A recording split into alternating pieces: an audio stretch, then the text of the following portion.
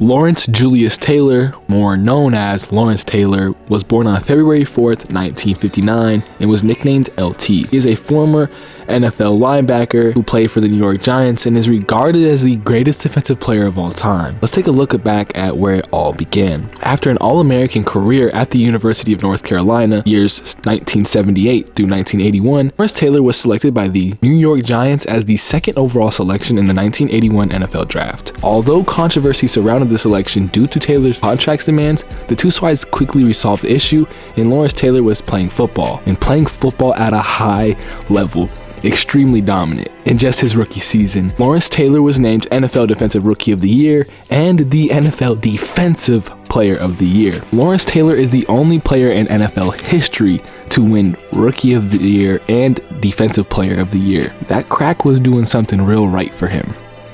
Yeah.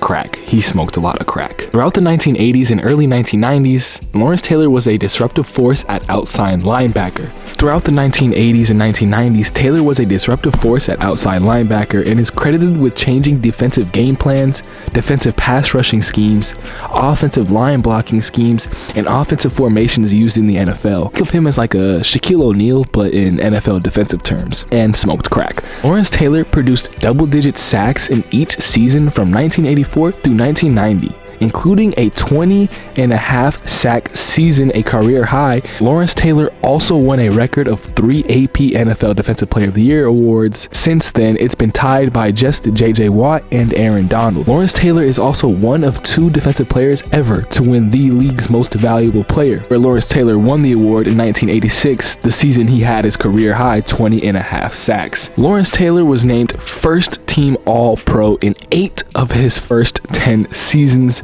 and second team All-Pro in the other 2. Bro, dude was a 10-time All-Pro in 10 seasons. This ninja needs to lay off the crack. Taylor was a key member of the Giants defense that earned the nickname Big Blue Wrecking Crew. Shit, football wasn't the only thing this man was wrecking. This dude was fucking prostitutes.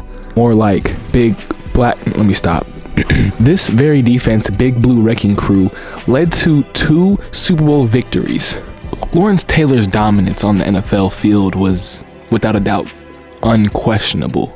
But what was questionable was Lawrence Taylor's lifestyle. He lived an extremely controversial one. During and after his playing career, he was known for his on-game persona, and at one point inadvertently caused a compound fracture of the right leg of quarterback Joe Theismann. He admitted to using drugs such as cocaine as early as his second year in the NFL. Dude, but the thing about it was it wasn't coke, it was crack. He wasn't even doing the rich man's drug. If you're gonna be rich, please do coke, don't do crack. Lawrence Taylor was suspended for 30 days in 1988 for failing drug tests due to crack. 30 days for crack, I don't know if that's really a fair judgment, but you know. His drug abuse escalated after his retirement, and he was jailed 3 times for attempted drug possession. From 1998 to 2009, Taylor lived a sober, drug-free life. He worked as a color commentator on sporting events after his retirement and pursued a career as an actor. He was in the movie Any Given Sunday, one of the greatest football movies of all time, with the man himself, Jamie Foxx, as QB1, and he was doing QB1 type things. But the brightness quickly left Lawrence Taylor's life after football.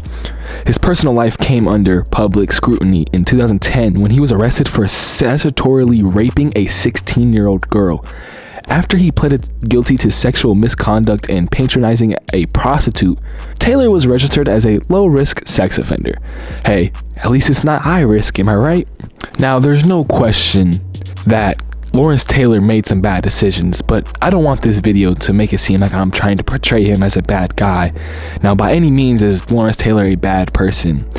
I understand that drugs and addiction are a huge problem in today's society, and were definitely a big problem in the 1980s and 1990s. Lawrence Taylor has a sickness, and that is addiction. I want you to know that if you have a problem, you can always reach out to somebody. Don't do what Lawrence Taylor did and not reach out. This video is more of an awareness rather than a roast. Now, it is funny to pop on a man for doing crack, but please don't smoke crack. Crack is whack, y'all. Now, regardless of the crack legacy Lawrence Taylor may have left. He left a phenomenal NFL legacy, and that is that he is the greatest defensive player of all time.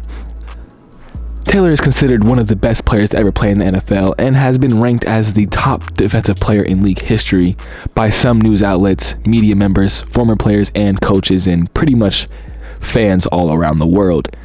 He has also been described as one of the most feared and intimidating players in NFL history, probably because of the crack. Taylor's explosive speed and power is credited with the changing outside linebacker position and is a pioneer to the game. Lawrence Taylor officially accomplished all there was to accomplish in the NFL world when he was inducted into the NFL Hall of Fame in 1999, his first ever year being eligible. Now, there were some concerns his hard partying lifestyle and drug abuse would hurt his candidacy. These concerns, however, were immediately shut down when he actually was voted in at his first ballot. Lawrence Taylor left a ridiculous impact on the game, both off the field and on the field. His legacy will forever be remembered, and that's going to be for the video, man. I hope you guys did enjoy. As always, peace.